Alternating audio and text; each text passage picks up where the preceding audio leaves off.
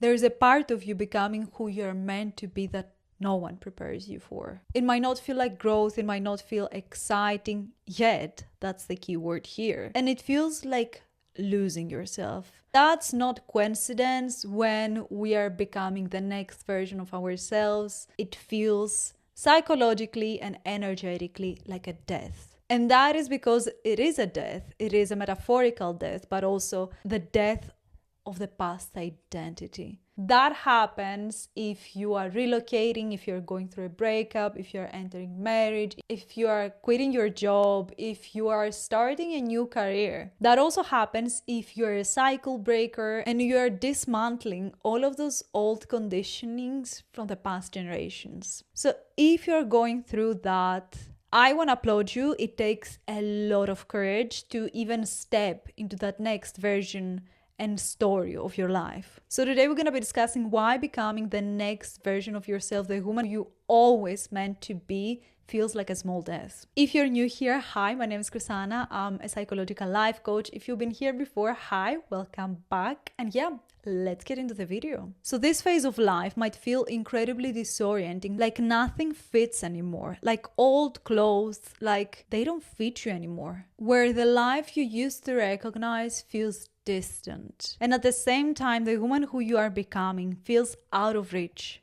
And this doesn't mean that something has gone wrong. I want you to know that you are exactly where you're meant to be. This is normal to go through this grief of becoming and re-becoming the next version of yourself. This is actual transformation. And this is called the liminal space, what we call inside metamorphosis, the sacred in between. This is exactly the phase where you are not who you used to be, but you are not quite yet where you're becoming. So it feels like you are stepping into a bridge which is not built yet. You are building it while you are standing on it. And it feels shaky. You don't have a steady foundation yet. And of course, while you are on that bridge, a part of you feels like it wants to run away, wants to go to the old foundation, to the old life, to the old career,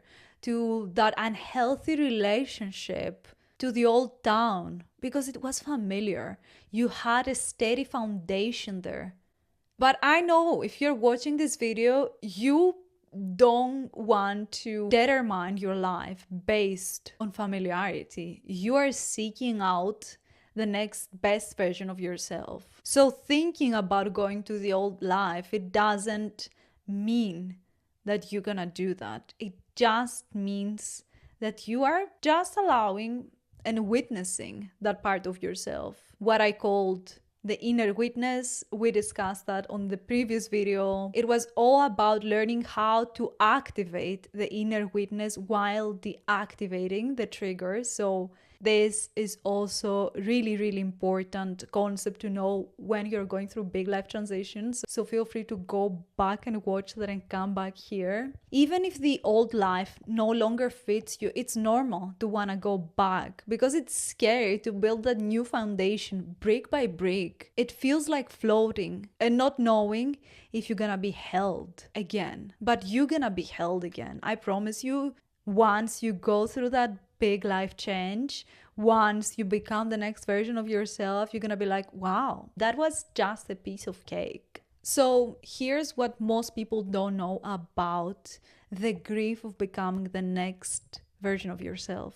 There is a term called the rite of passage developed by Van Gennep, and he studied how cultures used to ritualize when somebody was ending an important chapter of their lives and entering their next new identity. So a lot of traditional cultures knew that when we are entering the new identity, the new evolved version of ourselves, we are leaving something behind. They used this ritual to mark this new beginning. and to be with other people in community, to celebrate each other, to grieve with each other. By the way, if you see me looking down, I'm just checking my notes. And we lost this ritual of being with people when something important ends and starts in our lives. Right now, during the modern times, we do that alone. We lost that communal holding. People go through those massive identity shifts alone with no framework, no map, no community holding them. And that's why this chapter, this liminal space, feels so disorienting and lonely and so full of grief, which is normal to go through grief. But what happens when we are constantly going through grief alone again and again and again? It's extremely exhausting, even more disorienting. And of course, it's lonely if you're not doing that with other people. I myself have done that so many times by myself. And once I started including more people, which for me it started with my psychotherapist a few years ago, it started feeling less disorienting, less lonely, more manageable, and more clear and easeful. And that happens because we get to be witnessed by other people. We get to have a framework. We get to have a roadmap. And so a lot of people, they are doing something ancient, something that it's so deeply integrated within our bones without any of the ancient support structures. And that's what Metamorphosis does, my psychological coaching program for women in life transitions. It's a modern rite of passage. It provides you with all of the structures, the frameworks, the roadmaps, the inner resources you need to go through this sacred in between with support, not alone. Because identity transitions become so much more easeful and clear when we have other people to count on, when we have the appropriate structures for your specific becoming. So traditional and especially indigenous cultures understood this. They were holding each other. They were ritualizing any kind of new beginning and any kind of end, just like we do with birth and death itself, right? This is not exception to our day-to-day lives. That happens within ourselves psychologically and energetically almost at all times, but especially when we are changing a chapter of our lives. And that's why a lot of people think that something is wrong with them when they are feeling lonely, disorienting, lost, confused during a big life change, because we lost those structures. And it's time to reclaim that ritual. I think a lot of people will start creating more communities like we are creating here, more spaces and places to hold people, because it's so needed right now. We've become so isolated the past few years. So places like Metamorphosis are going to be high on demand. Now, I want to discuss one of my favorites, psychotherapists' framework around this kind of internal transition. And this is Carl Jung's framework. This is all about ego death. You might have heard it before. He described ego death, which is a part of ourselves that essentially dies. Metaphorically, your ego dies because our soul evolves through time. So it's not that your ego gets totally removed from your psyche.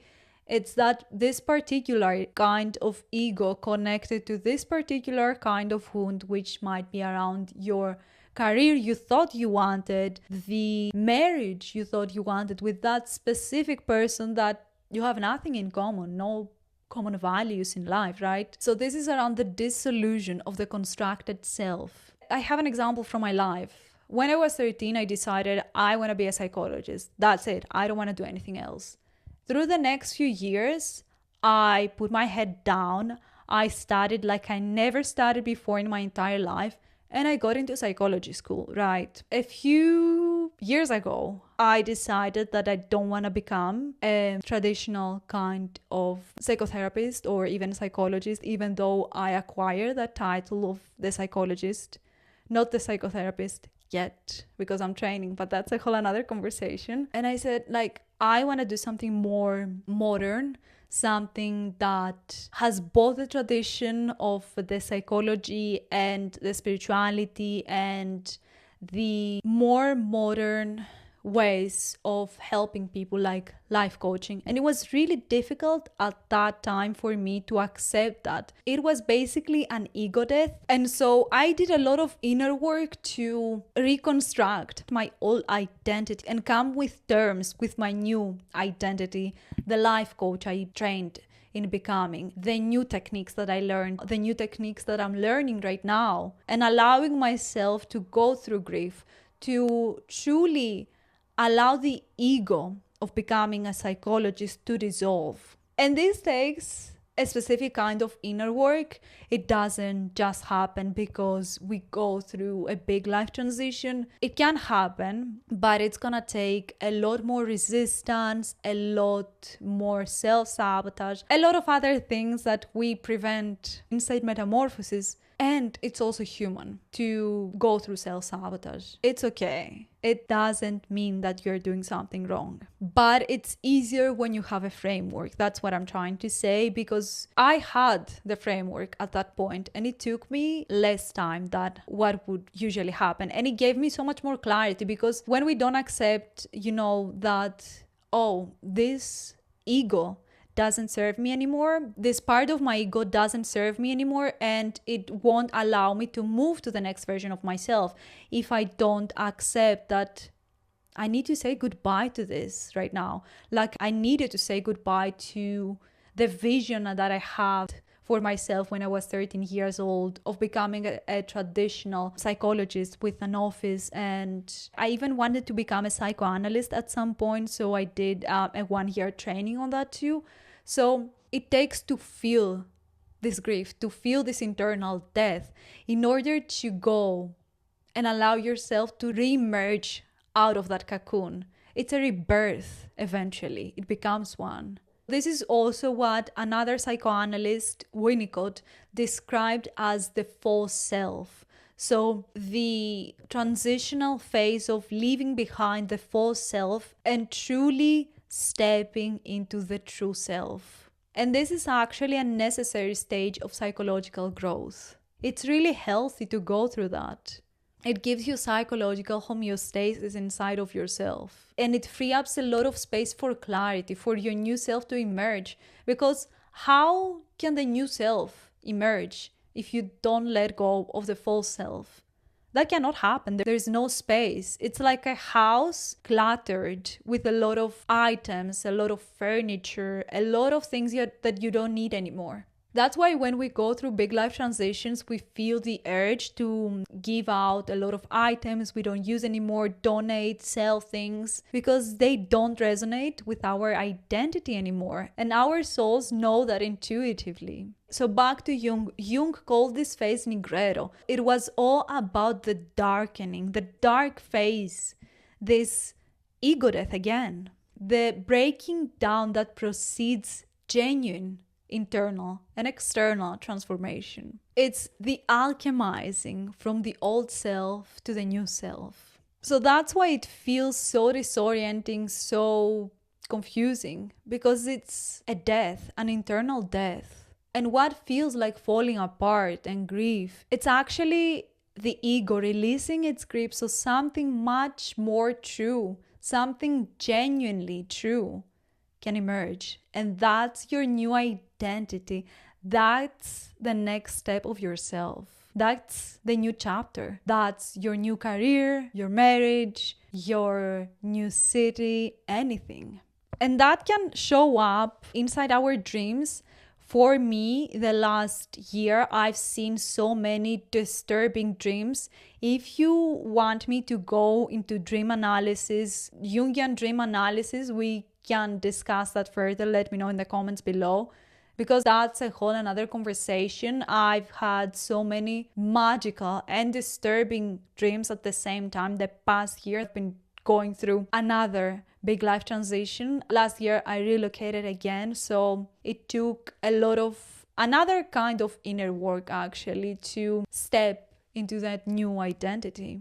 And dreams are one of the biggest keys to understand our psyches. It's truly mind-blowing to understand, start and analyzing and interpreting our dreams. It gives us so much more insight that our conscious mind cannot give us that kind of information because it's really raw.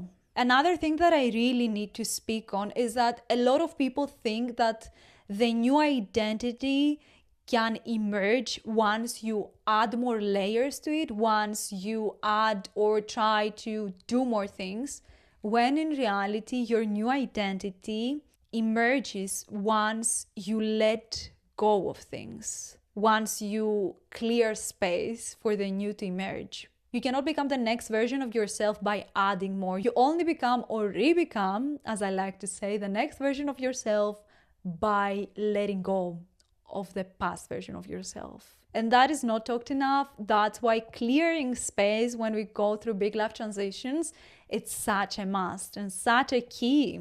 Truly accelerates our inner reconstruction. But of course, that's not the only way. There are so many other ways that we're going to discuss here in the future. So this is why grief is one of the psychological codes inside Metamorphosis. I did it on purpose because if you don't understand and truly process this part when you're going through a big life transition, an identity transition, like I did in the past without having the inner resources, it's gonna take so much more time first.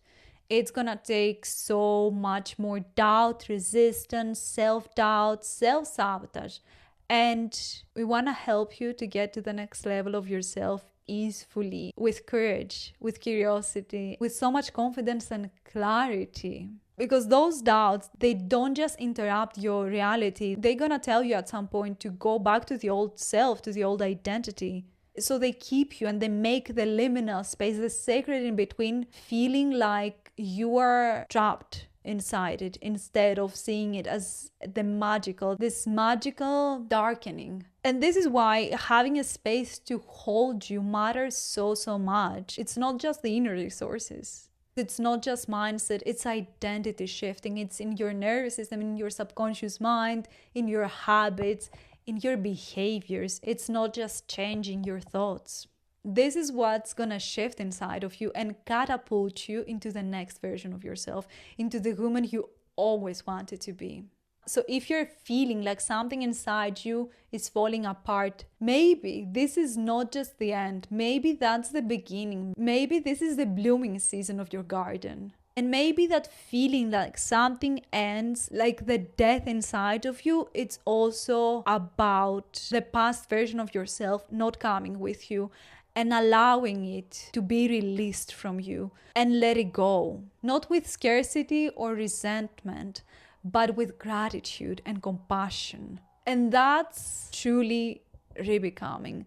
That takes a lot of guts. That takes a lot of courage.